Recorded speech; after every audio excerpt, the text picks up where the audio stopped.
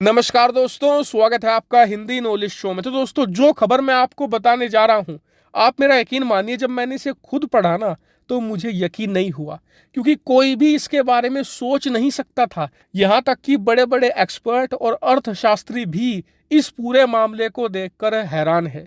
लेकिन ये मामला है क्या? दरअसल ये सारी खबर जुड़ी हुई है भूटान से। आप सभी लोग जानते हैं कि भारत के लगभग सारे पड़ोसी देश भूटान को छोड़कर आर्थिक संकट में चल रहे हैं। इस सब की शुरुआत हुई थी श्रीलंका से, फिर नंबर आया पाकिस्तान का, फिर नेपाल, बांग्लादेश, यहां तक कि चीन जैसा जो हमारा पड़ोसी देश है वो भी आर्थिक संकट में फंसा हुआ है। लेकिन इन सभी पड़ोसी देशों को छोड़ दें तो एक देश को लेकर सभी लोग आश्वस्त थे, वो था भूटान। कि भूटान में ना तो आर्थिक मंदी आएगी और ना ही कोई आर्थिक संकट आएगा। लेकिन अब मैं आपको जो दिखाने जा रहा हूं उसे देखकर शायद आप हैरान हो सकते हैं। स्क्रीन पर देखिए, भूटान के अंदर एक आर्थिक संकट की शुरुआत होती दिख रही है। क्यों? क्योंकि देश में फॉरेक्स रिजर्व यानी कि विदेशी मुद्रा बहुत ज्यादा कम हो गई है। इतनी कम कि सरकार ने, जो भूटान की सरकार है, उन्होंने बहुत सारे इंपोर्ट आइटम पर बैन लगा दिया है।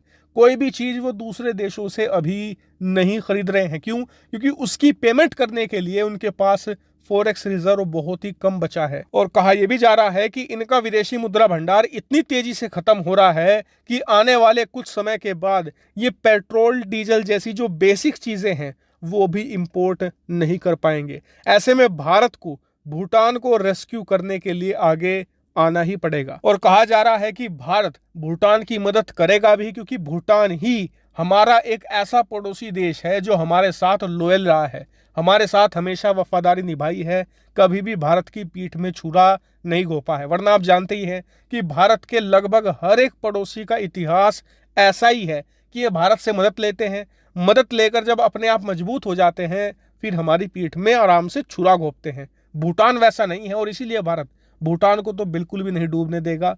लेकिन आपके मन में एक सवाल तो उठा ही होगा कि यार, ये जो बाकी के देश हैं, पाकिस्तान, श्रीलंका, बांग्लादेश, ये चीन के लोन की वजह से संकट में है, लेकिन भूटान ने तो कोई चीन से लोन नहीं लिया, तो इनकी अर्थव्यवस्था क्यों मंदी में डूब रही है?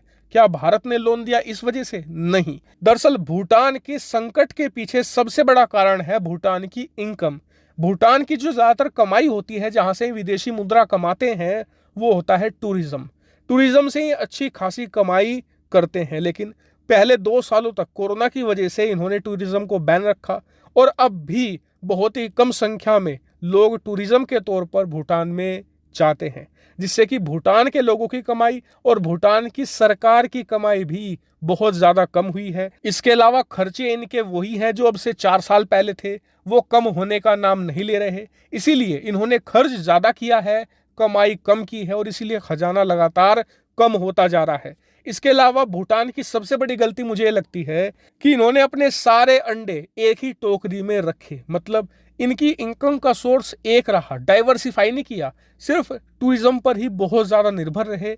और जब कोरोना आया, टूरिज्म का पूरा सेक्टर डूबा तो इनकी कमाई भी डूब गई। और इसीलिए भारत के कई अर्थशास्त्री भूटान को लगातार सलाह भी देते आ रहे हैं कि आप अपनी कमाई के कम से कम 3-4 साधन अलग अलग कर लीजिए, सिर्फ एक पर ज्यादा निर्भर मत होइए। वही इसके अलावा भूटान के इस मामले ने भारत के सामने एक और बड़ा संकट खड़ा कर दिया है।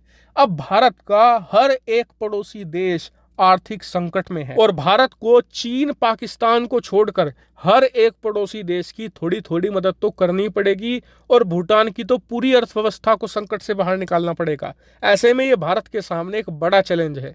हालांकि इस पूरे मामले को आप कैसे देखते हैं, कमेंट करके जरूर बताएगा। फिलहाल इस वीडियो में इतना ही। Thank you very much for watching video.